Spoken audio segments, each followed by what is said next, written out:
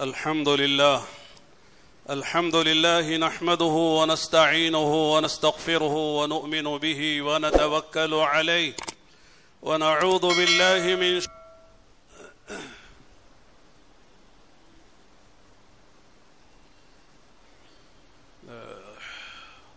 بسم الله الرحمن الرحيم الحمد لله وكفى وسلام على عباده الذين اصطفى أما بعد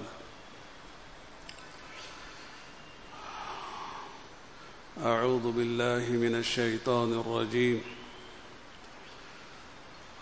والذين آمنوا وهاجروا وجاهدوا في سبيل الله والذين آووا ونصروا أولئك هم المؤمنون حقا لهم مغفرة ورزق كريم. وقال النبي صلى الله عليه وسلم الله الله في أصحابي لا تتخذوهم من بعدي غرضا فمن أحبهم فبحبي أحبهم ومن أبغضهم فببغضي أبغضهم. وقال النبي صلى الله عليه وسلم لا تصبوا أصحابي لو أن أحدكم أنفق مثل أحد ذهبا ما بلغ مد أحدهم ولا نصيفه او كما قال رسول اللہ صلی اللہ علیہ وسلم. دوستو، بزرگوں اور بھائیوں، دوسری جماعت میں جو حضرات مصلی حضرات موجود تھے ان سے جو باتیں عرض کی گئی انہی میں سے کچھ باتیں آپ کے بھی گوش گزار کرنے ہیں.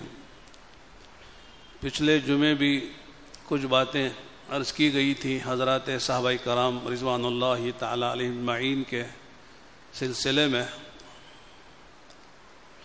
آج بھی اسی موضوع سے متعلق کچھ باتیں پیش کرنی ہیں.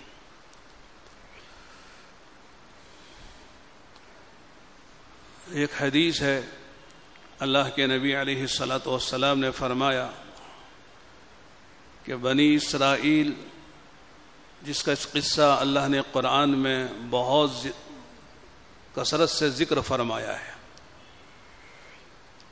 اس کی وجہ یہ ہے کہ جتنی بیماریاں بنی اسرائیل میں تھیں وہ ساری بیماریاں اللہ کے نبی علیہ السلام نے فرمایا کہ میری امت میں بھی پیدا ہوں گی.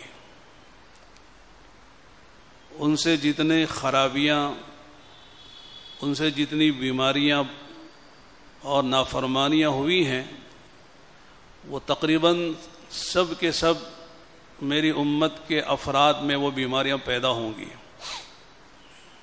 اس لیے ان کا تذکرہ کر کے یہ بات سمجھائی ہے کہ دیکھو یہ بیمار لوگ ہیں، بنی اسرائیل میں فلاں بیماری فلاں کوتاہی تھی، تم اس سے بچنا. یہاں تک کہ بنی اسرائیل کے جو علماء تھے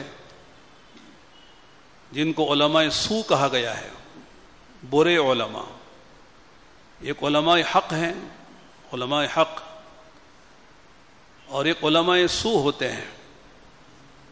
اور علماء سو کے اندر دو بیماریاں ہوتی ہیں جو بنی اسرائیل کے علماء میں تھیں، یہود و نصارہ کے.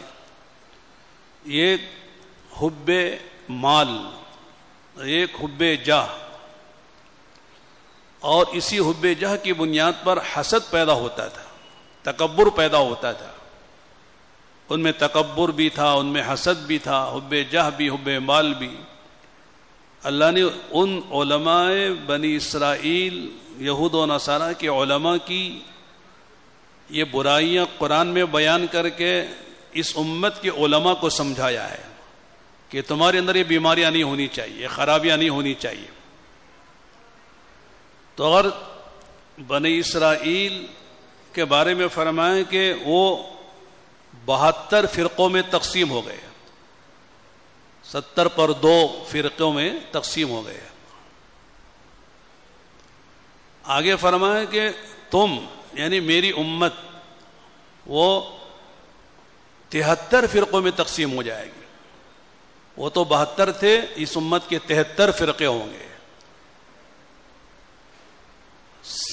آگے جو بات فرمائی وہ اہم ہے, یہ خبر نہیں ہے بلکہ ایک چوکنا کرنے والی بات ہے کہ آدمی کے کان کھڑے ہو جائے, سوچنے پر مجبور ہو جائے. آپ نے فرمایا کہ ان 73 فرقوں میں صرف ایک فرقہ, ایک جماعت ہے جو ناجی ہے, ناجی, نجات پانے والی, اللہ کے عذاب سے, اللہ کے عقاب سے, جہنم سے, جہنم کے عذابوں سے نجات پانے والی صرف ایک جماعت ہے. ظاہر ہے کہ جب یہ بات صحابہ کے سامنے آئی تو صحابہ تو بے چین ہو گئے, پریشان ہو گئے. یہ نہیں کہ سن کر خاموش ہو جائیں. جیسے کوئی آدمی ڈاکٹر ہو اور کسی بیمار کے بارے میں بتائے کہ آپ کے اندر فلاں بیماری ہے, تو ظاہر ہے کہ وہ آدمی چوکنا ہوتا ہے, پوچھتا ہے بیماری بتائی, علاج بھی بتائیے, بچنے کا کیا راستہ ہے. تو صحابہ کرام پریشان ہو گئے, پوچھا من ہم یا رسول اللہ, اے اللہ کے نبی علیہ السلام, آپ فرما رہے ہیں کہ 73 فرقوں میں صرف ایک فرقہ, ایک جماعت نجات پانے والی ہے, کامیاب ہونے والی ہے, تو وہ کون سی جماعت ہے, اس کی کیا علامت ہے, ہم کیسے سمجھیں کہ یہ جماعت نجات پانے والی, تاکہ اس میں ہمارا شمار ہو, بعد میں آنے والوں کا شمار ہو. آپ نے مختصر بات فرمائی, لمبا آپ نے کوئی دستور نہیں بتایا, کوئی طریقہ نہیں بتایا, کوئی راستہ نہیں بتایا, مختصر سی بات فرمائی. کیا فرمایا؟ ما انا علیہ و اصحابی, جو جماعت میرے طریقے پر ہے, میری سنت, میرا طریقہ, اور پھر جس جماعت کو میں نے تیار کیا ہے 23 سال کی محنت کے ساتھ, کہ 23 سالہ محنت کے بعد, جن کو صحابہ کہا جاتا ہے, ان صحابہ کے طریقے پہ جو جماعت اور جو لوگ ہیں, فرمایا جن کے اندر یہ دو باتیں ہوں گی, میرا طریقہ اور میرے صحابہ کا طریقہ ہوگا, فرماتے ہیں یہ ناجی جماعت ہے, نجات پانے والی ہے, اور جہنم سے اور جہنم کے عذابوں سے, اللہ کے عذاب اور عقاب سے نجات پانے والی جماعت ہے. تو ما انا علیہ کے معنی سنت, کہ جو میری سنت پر ہے. اب بات شاید گہری ہو جائے گی, مختصر میں عرض کرتا ہوں. یہ ایک سنت اور ایک حدیث ہوتی ہے. حدیث عام ہے, سنت خاص ہے. آپ کہیں کیا خاص کیا عام ہے؟ سنت کہتے ہیں آپ کے اس فعل یا قول کو جس کو آپ نے کہا یا کیا ہے اور امت کے کرنے کے لیے آپ نے فرمایا ہے کہ تم بھی کرو اس کو. اور حدیث میں دونوں باتیں ہوتی ہیں, حضور نے کرنے کو کہا ہے تب بھی حدیث ہے, یا وہ عمل حضور کے ساتھ خاص ہے, یا وہ عمل منسوخ ہو گیا ہے, یا حضور نے کسی مجبوری کی وجہ سے یا کسی معذوری کی وجہ سے, کسی عذر کی وجہ سے وہ کیا ہے, لیکن امت کے لیے وہ نمونہ نہیں ہے. میں مثال کے طور پر پیش سمجھنے کے لیے بات, جیسے آپ نے 11 شادیاں کی, یہ حدیث ہے لیکن سنت نہیں ہے, اس لیے کہ امت کے لیے بیک وقت صرف 4 شادی کی اجازت ہے, وہ بھی انصاف کی شرط کے ساتھ. فَإِن لَمْ تَعْدِلُوا فَوَاحِدَةً, اگر انصاف نہیں کر سکو تو صرف ایک پر اکتفا کرو.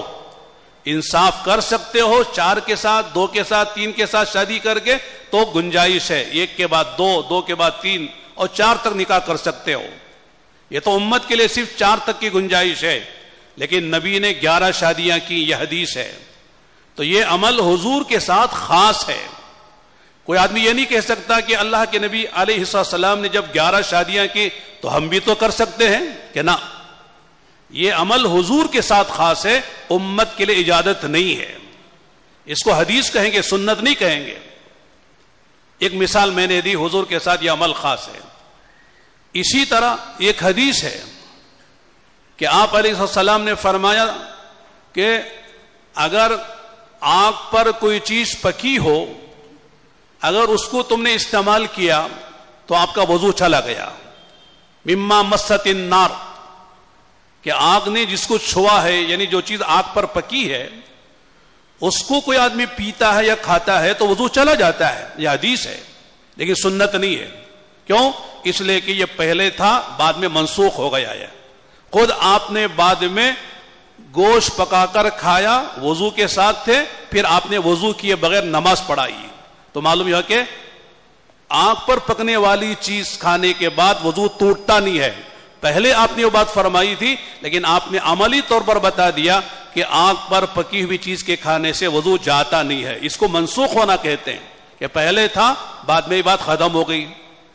تو گویا کہ یہ حدیث تو ہے، صحیح سند کے ساتھ ہے، لیکن سنت نہیں ہے، منسوخ ہو گئی. اسی طرح ایک عمل اور ہم بتاتے ہیں.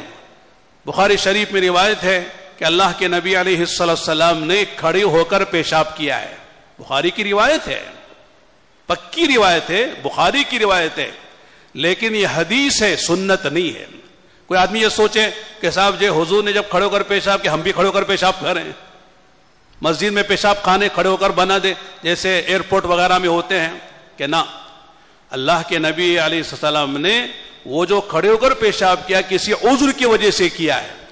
علماء نے مختلف باتیں کہی ہیں کہ آپ کے گھٹنے میں درد تھا، آپ بیٹھ نہیں سکتے تھے، اس لیے مجبوری میں کھڑے ہو کر آپ نے پیشاب کیا ہے، یا یہ کہ وہاں بیٹھنے کی جگہ نہیں تھی، گندگی تھی، بیٹھ نہیں سکتے تھے، لہذا آپ نے مجبوری میں، جب کوئی جگہ نہیں تھی، پیشاب کرنا ضروری تھا فوری، لہذا آپ نے کھڑے ہو کر پیشاب کر لیا. ایسی کوئی مجبوری ہو، جیسے خدا نہ خواستہ کبھی ہوتا ہے ہوائی جہاز میں لوگ سفر کرتے ہیں اور جو ہے بورڈنگ شروع ہو گئی مثال کے طور پر، اور جو ہے ادھر سے اعلان ہو رہا یہ آخری فائنل کال ہے، فوراً آ جاؤ، اور ہم کو پیشاب آ گیا. وہاں گئے ٹوائلٹ میں تو دیکھا کہ صاحب وہ جو بیت الخلاء سب بند ہیں، سب انگیج ہیں، اور کھڑے ہو کر پیشاب کرنے کے جو خانے بنے وہ جگہ خالی ہے. تو آدمی مجبوری میں جلدی جانے کے لیے ایک آدھ مرتبہ کھڑے ہو کر پیشاب کر لے تو گنجائش نکل جاتی ہے. اس لیے کہ حضور نے بھی ایک آدھ مرتبہ اس طرح پیشاب کر لیا ہے، لیکن اس کی عادت نہیں بنائیں گے، اس کو جو ہے حضور کی سنت نہیں سمجھیں گے، بلکہ یہ حدیث تو ہے لیکن سنت نہیں ہے. تو اور یہ ایک علمی موضوع ہے جو ہم اپنے مدارس میں پڑھاتے ہیں. میں نے ہلکے انداز میں یہ بات پیش کی ہے. تو لہذا اہل ما انا علیہ کے معنی کہ جس طریقے پر میں ہوں، جو میری سنت ہے اس پر جو ہے، اور اس کے ساتھ ساتھ ما انا علیہ و اصحابی، اور جس طریقے پر میرے صحابہ ہیں. تو اس دونوں باتوں پر جو فرد ہوگا، جو جماعت ہوگی، یہ ناجی جماعت کہلاتی ہے. وہیں سے ہمارا نام پڑا ہے اہل سنت والجماعت. اہل سنت کے معنی حضور کا طریقہ، اور جماعت سے مراد صحابہ کی جماعت ہے، اور کوئی جماعت نہیں ہے. چنانچہ ہم سب اہل سنت والجماعت ہیں. تو اہل سنت والجماعت کے اعتبار سے صحابہ کے بارے میں ہمارے جو عقائد ہیں وہ یہ ہے کہ صحابہ سچے پکے مومن و مسلمان ہیں. صحابہ کے ایمان کے بارے میں کوئی انگلی نہیں اٹھا سکتا ہے. اب اس کے لیے دلیل کیا ہے؟ یہ تو اللہ کے نبی کے حدیث تو بھری پڑی ہیں، اس کے ساتھ سب سے زیادہ جو قابل حجت جو ہمارے لیے وہ اللہ کا کلام ہے، اللہ کا قرآن ہے. جو آیت میں نے آپ کے سامنے پڑھی سورہ انفال کی 74 نمبر کی آیت ہے. سورہ انفال قرآن کریم کی ایک سورت ہے، 9 پارے میں اور 10ویں پارے میں. اس میں اللہ تعالیٰ فرماتے ہیں والذین آمنوا وہاجروا وجاہدوا فی سبیل اللہ والذین آووا ونصروا اولئک هم المؤمنون حقا لهم مغفرۃ کریم. وہ لوگ جو ایمان لائے اور جنہوں نے ہجرت کی مکہ مکرمہ سے مدینہ منورہ یا کہیں سے بھی فتح مکہ سے پہلے جو ہجرت ضروری تھی وہ ہجرت کی، اور پھر وجاہدوا فی سبیل اللہ، اللہ کے راستے میں قربانیاں دی، جان لگائی، مال لگایا، شہادت کا جام پیا، سارا مال خرچ کیا، جس وقت جو مطالبہ ہوا اسے پورا کیا. یہ مہاجرین کی جماعت ہے. والذین آووا ونصروا، اور پھر وہ لوگ جو ہجرت کر کے مدینہ منورہ جو لوگ آئے مہاجر بن کر، ان کو ٹھکانہ دیا، ان کو اپنے گھروں میں ٹھہرایا، اپنے بھائی کی طرح ٹھہرایا. اور ونصروا، ان کی مدد کی، ان کی جان سے، مال سے، اوقات سے، گھر بار سے، تجارت سے، کھیتی باڑی سے، سب طرح کی جو مدد، جس طرح کا مدد کا مطالبہ تھا وہ ساری مدد کی. وآووا ونصروا، یہ انصار کی جماعت ہے. ان دونوں کا تذکرہ کرنے کے اللہ فرماتے ہیں اولئک ھم المؤمنون حقا، یہی لوگ سچے پکے مسلمان ہیں. تو گویا کہ قرآن شہادت دے رہا ہے کہ تمام صحابہ انصار ہو یا مہاجرین، اولئک ھم المؤمنون حقا، یہ سچے پکے مسلمان ہیں.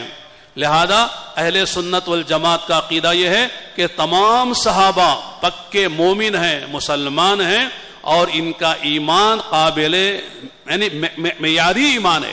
اللہ نے کہیں فرمایا فَإِنْ آمَنُوا بِمِثْلِ مَا آمَنْتُمْ بِهِ فَقَدِ اهْتَدَوْا، فرمایا اس سے پہلے یہود و نصارہ کا تذکرہ ہے، اہل کتاب کا تذکرہ ہے.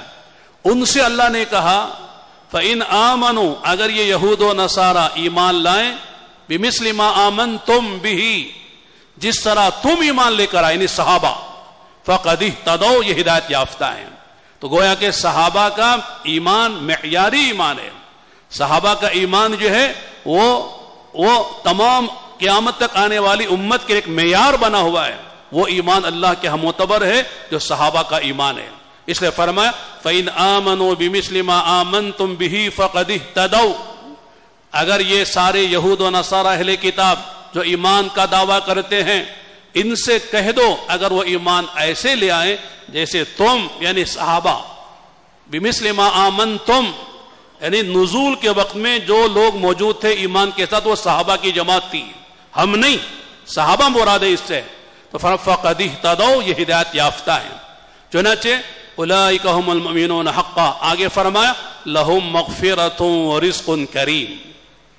دو وعدے اور فرمائے ان کے لیے بڑی مغفرت ہے، یعنی مغفرت تامہ ہے، مغفرت عامہ ہے، مغفرت ساترہ ہے، سارے گناہ ان کے معاف ہیں. مغفرتن میں جو تنوین ہوتی ہے دو پیش، یہ تعظیم کے لیے، عموم اور تعظیم کے لیے ہوتی ہے. بڑی مغفرت ہے، بڑا ان سے مغفرت کا وعدہ ہے آخرت میں.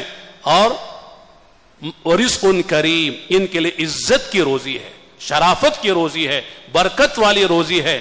لہذا میرا دوستو، صحابہ کے بارے میں ایک بات تو یہ ذہن میں رکھنا چاہیے کہ صحابہ جو ہے وہ سب کے سب پکے سچے مسلمان ہیں. ان کے بارے میں کسی کو انگلی اٹھانے کی گنجائش نہیں ہے. باقی باتیں انشاءاللہ جب اللہ اور موقع دیں گے تو عرض کی جائیں گی. اللہ سے دعا فرمائے اللہ تعالی ہم سب کو صحابہ سے سچی محبت عقیدت